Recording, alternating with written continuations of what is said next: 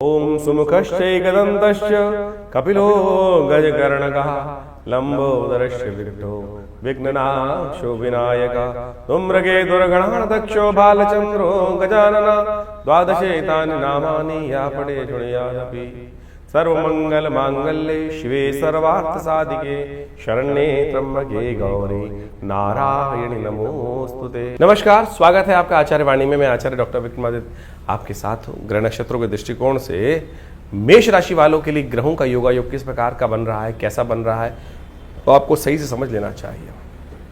देखिए मेष राशि वालों, आप सब आज की तारीख में बहुत सारे लोग आपको बता ही रहे होंगे कि जिस प्रकार से आपकी 7.5 आरंभ हो चुकी है, और ऐसे में 7.5 की जब योग बन रहा होता है तो 7.5 के बारे में बहुत सारे लोग कई बार डराने का प्रयास करते हैं। ये कल्याणी वृहद जो आपका समय चल रहा है, 7.5 का योग बनता है, ये बेसिकली कल्याण करने का समय है। अच्छे कार्य करोगे ना तो आप समझ लेना कोई आपका अशुभ नहीं कर सकता। हाँ, अगर आप अपने आप को छोड़ दोगे और उसके बाद गलत तरफ की तरफ प्रवृत्ति होती चली जाएगी तो फिर कोई रोक भी नहीं सकता है अशुभ समय को आने को। ये बहुत ऐसा समय है कि जो दो धारी तलवार है, बहुत सावधानी के साथ कार्य करने की ज़रूरत है आपको। तो ऐसे में ये समय वो नहीं है कि मिट्टी में हाथ डालो सोना हो जाए, ये समय संघर्ष का है। तो इसको सबसे पहले समझते हुए मेष राशि वालों को चलने की आवश्यकता है। अप्रैल का अंतिम भाग आपके लिए ग्रहों का योग किस प्रकार का बना रहा है वो आपको समझना चाहिए। आपके इस वक्त ग्रह योग को देखें तो चतुर्ग्रही योग आपके 12वें भाव में बना हुआ है, और ज्योतिष के दृष्टिकोण से चतुर्ग्रही योग कभी अच्छा नहीं होता। ये क्या करता है, थोड़ा सा अंतःकरण को तोड़ने का प्रयास करता है, विरक्ति का भाव उत्पन्न करने का कई बार रास्ते योग बनाता है मनोमस्तिष्क के अंदर। सब कुछ बढ़िया होते हुए भी कहीं ना कहीं मनोमस्तिष्क तो है थोड़ा विरक्ति की था, थोड़ा जो कहा जाता है ना कि मन थोड़ा सा परेशान है बेकार कारणों से, वो स्थिति बार बार उत्पन्न करता दिखाई देगा। और ऐसे में बाकी सब ग्रह देखिए, मंगल भी थोड़े नीच के चल रहे हैं, वो भी आपके लिए इस वक्त जो है थोड़ा सा कहीं ना कहीं आपकी हिम्मत को तोड़ते दिखाई दे रहे। सही लोग आपके जो है मनोमस्तिष्क ऐसा लग रहा है कि लोग आपके सब काटने का काम ही कर रहे हैं आपको। लेकिन एक बात समझ लीजिए, ये योग इस वक्त ऐसा है कि धीरे धीरे सब काम होगा। आपके अंदर बहुत जल्दबाहट है कि एकदम बहुत जल्दी काम हो जाए, सब हो जाए, लेकिन देखिए सब काम अपने धीरे धीरे रे मना धीरे सब कुछ हुए। इस बात को आपको समझ लेना चाहिए मेष राशि वालों। मेष राशि के साथ प्रवृत्ति ऐसी है क्योंकि सबसे पहली राशि है पूरे राशि चक्र के अनुसार, सबसे पहली राशि तो हम कहें कि ये समस्त राशि मंडल का, सौर मंडल का बाल्यकाल है। बच्चों को बहुत हर कार्य करने की बहुत जल्दी होती है। उसके पिताजी कोई कार्य करने की तरफ करते हैं तो क्या होता है, आकुलट होती है, आज ही हो जाए, अभी हो जाए, और उसके बाद छोड़ भी बच्चा बहुत जल्दी देता है चीज़ों को। तो ये स्थिति है मेष राशि वालों की, और इस वक्त सूर्य आपकी राशि में चलने के कारण से थोड़ी सी छटपटाहट बढ़ रही है। चीज़ों को बहुत जल्दी करने की प्रवृत्ति हो ले जो, लेकिन सब काम अपने अनुसार ही होगा, इस बात को समझना चाहिए। और आपका जो ग्राफ है एक गारंटी नोट करके रख लो, 45 डिग्री का रहेगा, कोई उसको बदल नहीं सकता। उससे नीचे आप अगर जल्दीबाजी करोगे तो फिर नुकसान करा लोगे। तो बस इतना समझ लोगे तो बहुत अच्छा रहेगा आपके लिए। और थोड़ा ध्यान रखें इस बात इस वक्त कि हर एक को उपदेश ना दें, जो आपसे मांगे उपदेश उसी को देने का प्रयास करें, सीख उसी को देने का प्रयास करें, तभी अच्छा रहेगा। नहीं तो लोग थोड़े से आपको एरोगेंसी की तरफ ले जाते दिखाई देंगे। थोड़े से लोग अननेसेसरी में आपके दुश्मन बन सकते हैं, कहेंगे बहुत ज़्यादा बोलते हैं, तो ऐसा योग बन सकता है। तो थोड़ा सा ध्यान रखते हुए कार्य करें। तो मेष राशि वालों, अब समझ लो आपकी राशि के दृष्टिकोण से कैसा रहेगा अप्रैल का अंतिम भाग आपके लिए, और सिलसिलेवार तरीके से आप ग्रह नक्षत्रों का योग यदि समझ लेंगे तो बहुत अच्छा रहेगा आपके लिए। सबसे पहले बात कर लेते हैं 21 तारीख सोमवार का अवसर है, और इस दिन अष्टमी तिथि विद्यमान है। और ये अष्टमी भी विशेष तौर पर बेहद खास है। कालाष्टमी इसको बोला जाता है, भगवान की सुंदर उपासना करने का, भगवान शंकर की सुंदर उपासना करने का दिवस माना जाता है। और इसके साथ साथ बूढ़ा, इस तिथि को कहा जाता है बूढ़ा बसोड़ा, शीतला माता की उपासना करने का दिन भी माना जाता है। ग्रह नक्षत्रों के दृष्टिकोण से बृहस्पति महाराज द्वितीय भाव में बैठकर आपके चंद्रमा पर पूर्ण दृष्टि डाल रहे हैं, और ये योग आपके लिए बड़ा कल्याणकारी है। जितना आप मेहनत से भागोगे उतना नुकसान, और जितनी मेहनत करोगे उससे दुगना लाभ, ऐसे योग बनते दिखाई दे रहे हैं। तो आप चिंता ना करें, इसलिए पूरी तरह से समय आपके दिखाई दे रहा है, आपके अनुयोगी दिखाई दे रहा है। ऐसे में ध्यान रखिएगा, सर्वार्थ सिद्ध योग भी बन रहा है, गजकेसरी योग भी आपकी राशि में बना हुआ है 2 दिन के लिए।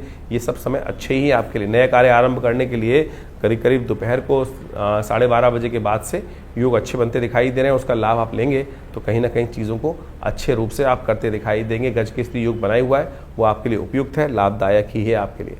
22 तारीख का दिन भी आपके लिए कल्याणकारी दिखाई देता है। मंगलवार का अवसर है, 9वीं तिथि विद्यमान है और इस दिन ग्रह नक्षत्रों के दृष्टिकोण से वही योग अभी बना हुआ है।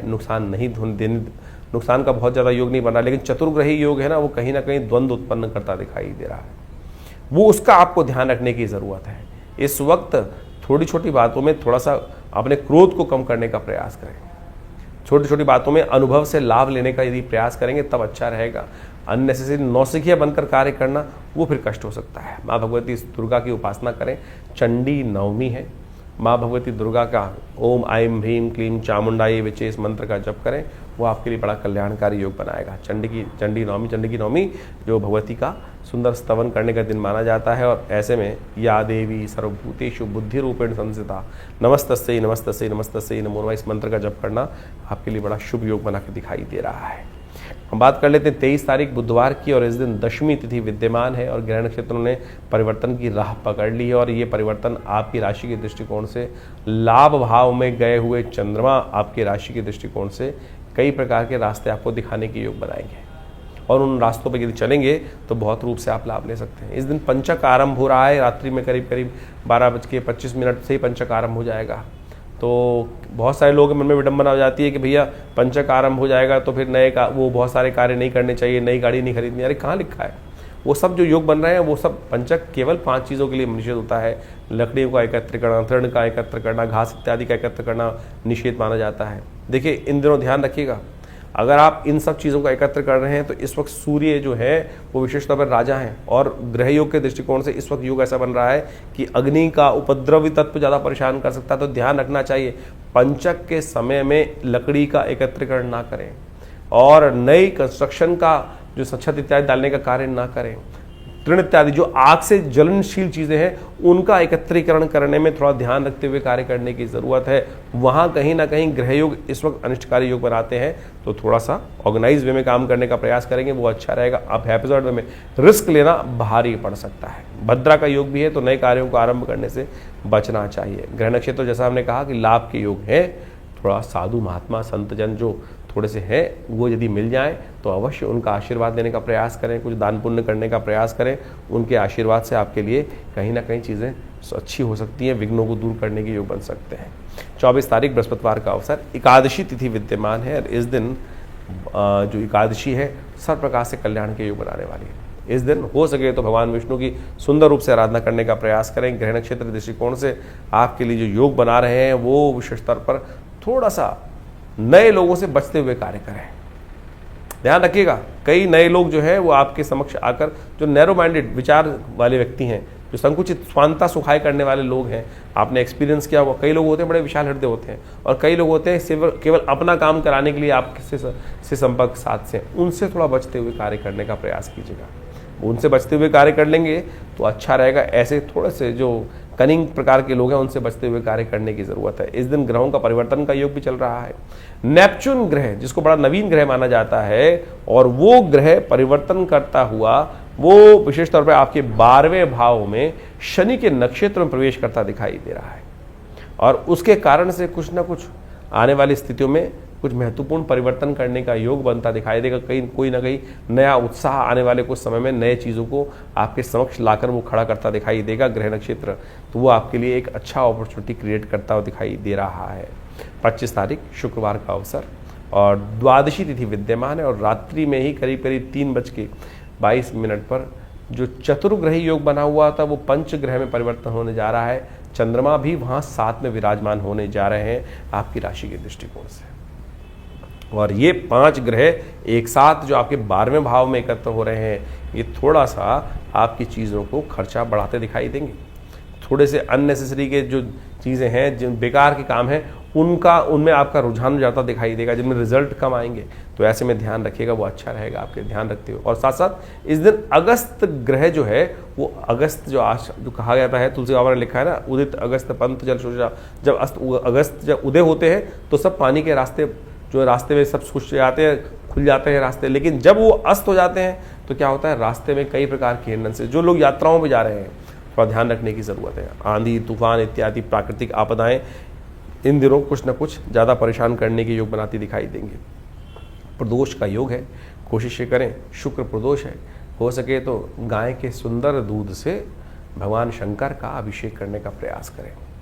यदि आप लक्ष्मी की इच्छा, सब लोग लक्ष्मी कृपा इच्छा चाहते हैं, सुख समृद्धि चाहते हैं, पुष्टि चाहते हैं, तो त्र्यंबकम यजामहे सुगंधिम पुष्टिवर्धनम उर्वारुकमिव बंधनान मृत्योर्मुक्षीमामृता, इस मंत्र का जप करते भगवान शंकर का सुंदर अभिषेक करने का प्रयास करें। शनि को प्रसन्न करने के लिए शुक्र भी इस वक्त शनि के नक्षत्र में प्रवेश करते दिखाई दे रहे हैं, और ये आपके लिए जो योग बन रहा है वो बड़ा अच्छा है, और वो आपके लिए कहीं ना कहीं परिवर्तन का योग, अच्छा योग बनाएगा आपके लिए। तो ये उपाय अवश्य करें।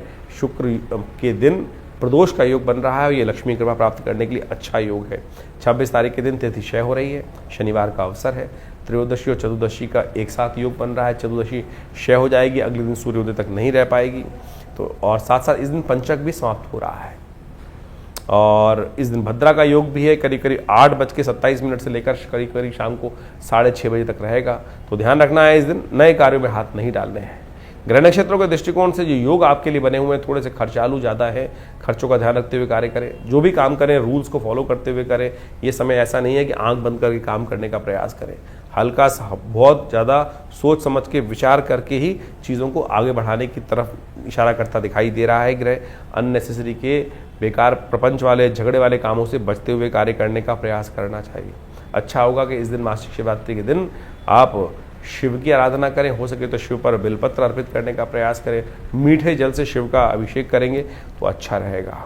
27 तारीख का दिन रविवार का अवसर है, उस दिन अमावस्या की तिथि है। रविवार के दिन अमावस्या का योग बन रहा है, और पैतृक कार्यों के लिए बड़ी प्रशस्त मानी जाती है तिथि। इस दिन सूर्य महाराज शुक्र के नक्षत्र में प्रवेश करते हुए भरणी नक्षत्र में प्रवेश करने का योग बना रहे हैं। रविवार के दिन ये परिवर्तन हो रहा है, और साथ साथ बुध अपने ही नक्षत्र में प्रवेश कर रहे हैं, रेवती नक्षत्र में प्रवेश कर रहे हैं। तो ये दोनों के दोनों योग सूर्य को और शक्ति संपन्न करते दिखाई दे रहे हैं। और बुध जो आपके 12वें भाव में बैठे हुए हैं, थोड़े से कनिष्ठकारी हैं, थोड़े से कहीं ना कहीं नेगेटिव चल रहे थे, वो अब पॉजिटिव शक्ति ग्रहण करते दिखाई देंगे। चीज़ों को आप मैनेज करने में रास्ता बना सकते हैं, लेकिन गुस्से को कंट्रोल करिएगा। थोड़ा सा अननेसेसरी जो गुस्से की तरफ न जाए, इस बात का ध्यान रखते हुए कार्य करने की ज़रूरत है। क्योंकि चंद्रमा भी आपकी राशि में राशि बदलकर आपके 12वें भाव से लग्न में आ रहे हैं। थोड़ी हिम्मत अच्छी रहेगी, थोड़ा सा चीज़ों के लिए थोड़ा जोर ज़्यादा लगाएंगे आप। ऐसे में ग्रह नक्षत्रों के दृष्टिकोण से भगवान सूर्य को सुबह सुबह उनकी उपासना करें, उनको जल दें। और एक काम और करें, इस दिन पितृक अमावस्या है, अमावस्या तिथि है, तो अपने पितरों के निमित्त तर्पण इत्यादि, ब्राह्मण भोजन इत्यादि, गायत्री का थोड़ा यज्ञ इत्यादि करने का प्रयास करें। हमने विवेकानंद योगाश्रम में इस दिन सुंदर गायत्री का यज्ञ रखा है। आप कोशिश करें अपने पितरों के निमित्त उस यज्ञ में भाग लें। अपने पितरों के निमित्त अवश्य हमें कुछ ना कुछ तर्पण, ब्राह्मण भोजन, गौग्रास इत्यादि निकालने का प्रयास करना चाहिए। और इस रविवार को, जो विशेष तौर पर 27 तारीख को रविवार अमावस्या का योग पड़ रहा है, इस दिन हमने विवेकानंद योगाश्रम में जो नित्य प्रति यज्ञ रहता है उसमें पितृ शांति यज्ञ रखा है। तो आप उसमें अवश्य अपने पितरों के निमित्त गायत्री यज्ञ में भाग लें। सुबह 8 बजे से लेकर एक कार्यक्रम करीब करीब 10-11 बजे तक रहेगा, और आप कहीं दूर बैठे हैं तो उसमें अपना स्थान आरक्षित करके अपने पितरों के निमित्त इस कार्य में अपना सहयोग देकर लाभ ले सकते हैं। 28 तारीख सोमवार का अवसर है, शुक्रवार की तिथि है इस दिन, और सोमवार का तिथि है इस दिन। और इस दिन ग्रह नक्षत्रों के दृष्टिकोण से शुक्ल पक्ष की प्रतिपदा, वैशाख का जो महीना, माधव मास जिसको बोला जाता है, बड़ा सुंदर योग बना रहा है। ऐसे में ग्रह योग के दृष्टिकोण से आपकी राशि के लिए ये ग्रह नई उम्मीद लेकर आ रहा है, नया परिवर्तन की तरफ ग्रह योग बनता दिखाई दे रहा है। इसका लाभ आपको मिलने के योग बन सकते हैं, क्योंकि बृहस्पति महाराज भी इस दिन परिवर्तन करते हुए खासतौर पर वो मृगशिरा मंगल के नक्षत्र में प्रवेश करेंगे और नए उत्साह को बढ़ाने के योग बनाएंगे। द्वितीय भाव में चलते हुए आपके बृहस्पति महाराज जब मंगल के नक्षत्र में प्रवेश करेंगे, थोड़े से धन एकत्र करने की तरफ, सेविंग्स को बढ़ाने के रास्ते आपके लिए आने वाले समय में कुछ जो परिवर्तन से पहले पहले बनाते दिखाई देंगे आपको। यानी ये जो मास से लेकर अभी मध्य मई तक का समय है, ये बृहस्पति की शक्ति को थोड़ा सा सेविंग्स की तरफ बढ़ाने के योग बना सकता है। शनि महाराज अपने स्वयं के नक्षत्र में प्रवेश कर रहे हैं, ये आपके लिए बड़ा अच्छा योग बन रहा है। स्वयं के नक्षत्र में आने के बाद थोड़े शक्ति में ज़्यादा हो जाएंगे, तो ऐसे में थोड़ा थोड़ा उनके लिए थोड़ा पुण्य कार्य करते हैं। हनुमान जी को विशेष तौर पर आपकी राशि के दृष्टिकोण से अच्छा रहेगा कि हनुमान जी का, हनुमान चालीसा का पाठ नित्य प्रति करें। हो सके तो गुड़ चने का दान कभी कभी करने का प्रयास बना लीजिए, यह आपके लिए कहीं ना कहीं अनिष्टों को दूर करने का योग बनाता रहेगा। 29 तारीख मंगलवार का अवसर है, द्वितीया तिथि विद्यमान है, और इस दिन सुबह सुबह चंद्रमा उच्च के होकर बृहस्पति के साथ जो योग बना रहे हैं, आने वाले 2-3 दिन के लिए आपके लिए बहुत लाभ के योग बनते दिखाई देंगे। आपके लिए उन्नति के योग, आपके लिए ग्रह योग तो के दृष्टिकोण से तो कम से कम अच्छे बन रहे हैं। अच्छे अपॉर्चुनिटीज आपके समक्ष आने के योग बन सकते हैं। परशुराम जयंती भी है, हो सके तो ब्राह्मणों की सेवा कर उनका आशीर्वाद अवश्य लेने का प्रयास करना चाहिए। गज केसरी योग, साथ साथ राजयोग ये बनकर निर्माण हो रहा है और ऐसे में सर्वार्थ सिद्ध योग भी बन गया है, जो करीब करीब सुबह सूर्योदय के 7 से आरंभ होकर शाम को 6:45 बजे तक रहेगा। इस दिन अवश्य चंद्र दर्शन करना चाहिए, पितरों के निमित्त तर्पण इत्यादि करने चाहिए, ब्राह्मणों का पूजन करना चाहिए। परशुराम जयंती रूप में ब्राह्मणों की सेवा कर उनका आशीर्वाद, ज्ञानीजन की सेवा करते हुए आशीर्वाद लेने का दिन माना जाता है। 30 तारीख बुधवार का अवसर, तृतीया तिथि विद्यमान है, अक्षय तृतीया का सुंदर योग बना हुआ है। ग्रह नक्षत्रों के दृष्टिकोण से जैसा हमने कहा कि द्वितीय भाव में बृहस्पति के साथ चंद्रमा उच्च के होकर विराजमान होकर आपके लिए बड़ा अच्छा योग बना रहे हैं, लेकिन ध्यान रखना थोड़े शत्रु भी परेशान कर सकते हैं। अननेसेसरी के थोड़े शत्रुओं को कंट्रोल करते हुए कार्य करोगे तो चीज़ों को, नेगेटिव को पहले समझ लेना, जो खराब आते हैं उनको भी सोचते हुए कार्य करोगे तो उनको रास्ता बंद करके शुभ की तरफ ज़्यादा अपनी चीज़ों को ले जा सकते हो। इस प्रकार से आपने ग्रहों का खेल दिन पर दिन किस प्रकार का रहेगा वो समझने का प्रयास किया।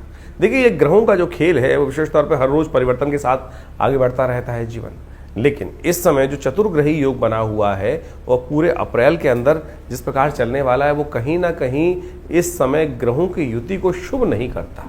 और ये चतुर्ग्रही योग जो है वो कई बार जब भी जन्मपथ विशेष तौर पर गोचर में बनता है तो वो संसार के अंदर कुछ ना कुछ अशांति, चाहे वो प्राकृतिक आपदाओं को उत्पन्न करने के योग बनाता है या विश्व में अशांति का वातावरण बनाता है। जनमानस में अशांति की तरफ प्रवृत्त करने के लिए बहुत सारे उपद्रवी तत्व जो हैं वो प्रेरित करते रहते हैं लोगों को अपने स्वांता सुखाई। संसार में लोग अपने स्वार्थ के लिए पता नहीं कहाँ कहाँ किस किस प्रकार से किन किन के जीवन को बर्बाद करने का प्रयास करते हैं, और ये आज से नहीं अनादिकाल चलता रहा है। और इन्हीं सब चीज़ों को समझकर ज्योतिष के आचार्यों ने इन योगा योगों को समझते हुए इन चीज़ों को लिखा, बताया कि किस प्रकार का योग चल रहा है। जैसे आप देख रहे हैं कि इस वक्त आपके राशि के दृष्टिकोण से हमने दिन पर दिन किस प्रकार का योग था वो तो समझाए, लेकिन ये भी समझने की आवश्यकता है कि विश्व के दृष्टिकोण से जो इस वक्त ग्रहों का योगा योग है, चाहे वो शनि महाराज है, शुक्र है और राहु इत्यादि हैं और साथ साथ बुध इत्यादि, इन चारों ग्रहों की युति जिस प्रकार से ग्रहों की बनी हुई है वो विश्व को कहीं ना कहीं अशांत करती है और ये प्राकृतिक आपदाओं को भी लाती है, भूकंप इत्यादि।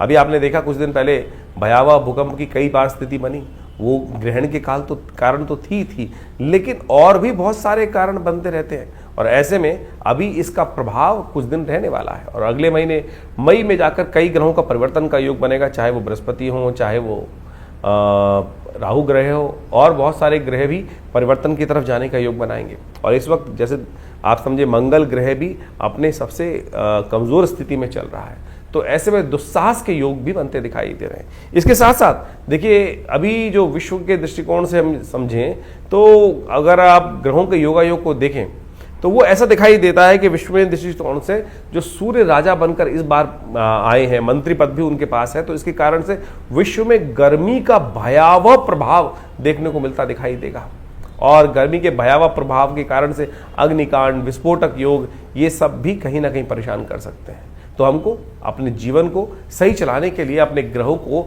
सही रूप से समझते हुए उपाय करने का प्रयास यथाउचित भाव से करना चाहिए। कई लोग विशेष तौर पर अपने ग्रहों को समझकर परेशान हो जाते हैं और कई बार गलत रास्ते पे चल देते हैं। देखिए, शास्त्र में तो सिद्धांत के तौर पे ग्रहों का उपचार बताया गया है। उपचार बड़ा सीधा साधा है, परमात्मा की आराधना करना और सबसे पहले समय को पहचानना कि समय क्या करवाने जा रहा है हमसे, हम किस प्रकार से अपने आप को रोक सकते हैं। यही सही दिशा निर्देश, सही गुरु का वाक्य, सही आशीर्वाद मिल जाए तो क्या होता है कि हम गलत तरफ जाने से बच जाते हैं। नहीं तो जीवन है, चलना है, ये धरा तो गोल ही है, चाहे इधर से जाओ चाहे इधर से जाओ, लेकिन सदगुरु की प्रेरणा होगी तो जो दिशा हमारे लिए उपयुक्त होगी वो हमको प्राप्त हो जाएगी। सही दिशा में हम कार्य करने शुरू कर देंगे, और नहीं तो फिर संसार में गोल चक्र तो है ही, एक लंबा रास्ता एक छोटा रास्ता है। तो इसलिए यदि अनुभव का लाभ लेते हुए हम जीवन में अपने सही मार्ग पर चलने का प्रयास करेंगे तो बहुत अच्छे से जीवन को बहुत बढ़िया तरीके से आगे बढ़ने का रास्ता बना सकते हैं। लेकिन लोभ एक ऐसी चीज है, और तो और साथ साथ हम अहंकारवश, लोभवश, मोहवश कई बार अपने जीवन को कष्ट में डाल देते हैं। देखिए, पुरानी कहावत है, आए थे हरि भजन को ओटन लगे कपास। हम लोक को सुधारने का प्रयास करें या परलोक को सुधारने का प्रयास करें तो इस बात को समझे एक ही सुधरेगा, और हरि कृपा ऐसी है कि भगवान का यदि स्तमन करे तो लोक भी सुधर सकता है, परलोक भी सुधर सकता है। लेकिन संसार के माया के प्रपंच से अपने आप को दूर करते हुए कार्य करने का प्रयास करें। अभी आने वाले समय में बहुत सारे सुंदर उत्सव पड़ने वाले हैं। इन सब उत्सवों को हमारी भारतीय संस्कृति में हमारे ऋषि मुनियों ने सनातन पद्धति में हर रोज कोई उत्सव का सृजन किया। कारण क्या था? कारण यही था कि मनोमस्तिष्क फालतू के कामों से लगकर हटकर उस परमात्मा की स्तवन में अपने आप को लगा लें। तो वो क्या होता है कि बहुत सारे गलत रास्तों से व्यक्ति बच जाता है और कष्ट से भोगने से बच जाता है। लेकिन हमारे जीवन में जो कर्म का क्षेत्र है वो हर क्षण कुछ न कुछ कर्म की तरफ हमको प्रेरित कर रहा है। कोशिशें करें, सदकर्म की तरफ प्रेरित करने का प्रयास करें अपने आप को, लोगों को। नहीं तो क्या होता है कि गलत कर्म की तरफ प्रेरित करोगे। कई बार हम अपने आश्रम में लोगों के जो यज्ञ इत्यादि होते हैं उसके बारे में बता देते हैं, तो कई लोग इस प्रकार से बोल देते हैं कि भैया आचार्य जी आश्रम का ऐड कर रहे हैं। देखो, ऐड करने की हमें ना तो कोई ज़रूरत, अगर यज्ञ इत्यादि आश्रम पे हो रहे हैं तो बताना चाहिए, लोगों को प्रेरित करना चाहिए। एक शराबी है, वो लोगों को प्रेरित करता है, आओ शराब के पार्टी में बैठो, और जुआ खेलने वाले कहते हैं जुए में खेलने का प्रयास करो। अगर हम सदकर्म कर रहे हैं और सदकर्म के बारे में लोगों को बता रहे हैं तो ये एडवर्टीजमेंट नहीं है, गलत की तरफ नहीं ले जा रहे। तो अगर आपको कई लोगों को, और आप एक बात और समझ लें कि आपके जीवन में हम कैसे समझें कि हम धर्म, हमारे अंदर अभी धर्म का उदय हो रहा है या अंत हो रहा है। धर्म की बात सुनकर यदि किसी व्यक्ति को कहीं ना कहीं मन में क्रोध आने लगे, गुस्सा आने लगे, तो समझ लो कहीं ना कहीं पाप प्रवृत्ति अभी जीवन में कहीं ना कहीं परेशान करने के आगे योग बना रही है। तो इसलिए अपनी भावना को पवित्र रखें। तो हमने जो जो आपके संबंध बातें रखी हैं, जो जो जो उत्सव होते हैं आश्रम के बारे में, वो सब अवगत कराते रहते हैं। कोशिश ये करें आप भी अपने जीवन को, अपने बच्चों को, अपने परिवार वालों को, लोगों को, मित्रों को सही दिशा में डालने का प्रयास करें। सही दिशा में आपका कर्तव्य का केवल इतना है कि चलो भाई परमात्मा का भजन करें, चलो भाई अच्छे कर्म की तरफ चलें। और समझ लो अगर आपकी वजह से कोई एक आध व्यक्ति भी सदकर्म की तरफ लग गया तो उसके द्वारा किए गए पुण्य भी आपको लग जाएंगे। ये सब सैद्धांतिक तौर पर है। जैसे आप इसको मॉडर्न में वैसे समझ सकते हैं कि किसी गलत व्यक्ति को गलत काम के प्रेरित किया, चोरी डकैती और उल्टे सीधे कामों के लिए, और उसने जो कर्म किया उसने कहीं जाके आपका नाम ले दिया कि भाई, तो आप भी उस कानून के चक्कर में फंसेंगे ना। तो इसी प्रकार से यदि आप किसी को पुण्य की तरफ प्रेरित कर रहे हैं तो पुण्य, उसके द्वारा किए गए पुण्य आपको प्राप्त होंगे। और किसी गलत कार्य की तरफ प्रेरित करोगे, चाहे जैसे हमने जो 2-3 अभी उदाहरण दिए आपके सामने, तो आप समझ लीजिए उसके द्वारा किया गया गलत कर्म भी आपको भी भोगना पड़ेगा। ये संसार में बिल्कुल नियम है सही रूप से। तो इसलिए सही तरफ चलने का हम प्रयास करेंगे तो अपने कर्म से, जीवन से हमें बहुत सारे कष्टों से निवृत्त होने का योग बन जाएगा। और एक बात और समझें, यदि बिना कुछ कारण के भी आपके जीवन में यदि कष्ट, मन दुख है, परेशान है, कष्ट जीवन में आए चले जा रहे हैं, तो सोच लीजिए कि अभी हमारा जो डेबिट क्रेडिट का अकाउंट है ना कर्मों का, वो कहीं ना कहीं नेगेटिव हो रहा है। शुभ कर्म अपने आप ज्यादा से ज्यादा करने का प्रयास करें। जब वो घड़ा शुभ कर्म से लबालब भरा रहेगा तो आप समझे कि आपके बहुत सारे कष्ट कब आएंगे, कब चले जाएंगे, पता भी नहीं चलेगा। तो इसलिए इस सिद्धांत को समझ लीजिए, यदि छोटा सा कष्ट भी आपको बार बार आके परेशान कर देता है तो समझ लीजिए हमारे पुण्यों के अकाउंट में कितना नेगेटिव बैलेंस है कि हम छोटे छोटे कष्टों से परेशान हो रहे हैं, जिनका वास्तविक जीवन में कोई औचित्य ही नहीं है। और सामने वाला जिसको हम देखकर कई बार ईर्ष्याग्रस्त हो जाते हैं कि भाई उसको भी जीवन में कष्ट सबके आ रहे हैं। सूर्य तो निकल रहा है तो उष्ण जो गर्मी है वो हर एक के लिए पैदा कर रहा है, बरसात हो रही है तो हर एक को गीला कर रही है, लेकिन किसी को उसका दुष्प्रभाव होता है और किसी को उसका शुभ प्रभाव होता है। वो इसलिए कि हमारे पुण्य किस प्रकार के हैं। तो आप सही रूप से पुण्यों को बढ़ाने का प्रयास करें, यही अध्यात्म का रहस्य है। ये न केवल प्रकारेण, यानी ऐसे या वैसे कैसे भी अपने आप को सद्कर्म की तरफ प्रेरित करने का प्रयास करें। इसके लिए शास्त्रों में अनेक नियम, चाहे वो योग कथाएं हों, चाहे वो यज्ञ हो, चाहे वो दान हो, चाहे वो पुण्य हो, चाहे वो सद्गुरु का आशीर्वाद हो, या अच्छे लोगों के सानिध्य में बैठने की कर्म बनाए गए हैं, वो सब शास्त्र के अनुसार से आपको पुण्यों को बढ़ाने की तरफ ही ले जाते हैं। और वहीं उसके लिए थोड़ी प्रयास करना पड़ता है, श्रुति को ऊर्ध्वगामी बनाना पड़ता है, उठाना पड़ता है, अपनी प्रवृत्ति को नीचे की तरफ जाने की बजाय ऊपर की तरफ उठाना पड़ता है, उसमें लगती है मेहनत। और गलत तरफ जाने के लिए तो आप बैठ चल करते हैं, उल्टे सीधे काम तो बहुत सारे ऐसे हैं, रोज शाम को लोग आपको बैठा सकते हैं। तो आप उस पर रोक, उस पर बंदिश, उस पर थोड़ा सा संयम करने का प्रयास करोगे तो खुद देखोगे धीरे धीरे परिवर्तन का रास्ता आपके जीवन में अवश्य बनेगा। और जानिए आपके जीवन में किस प्रकार के ग्रह योग चल रहे हैं, उसके लिए हम लगातार आपके साथ रहते ही हैं। तो आशा करते हैं इन सब दिशा निर्देशों को सही से समझेंगे और अपने जीवन के कष्टों को दूर करने का आप अवश्य योग बनाएंगे।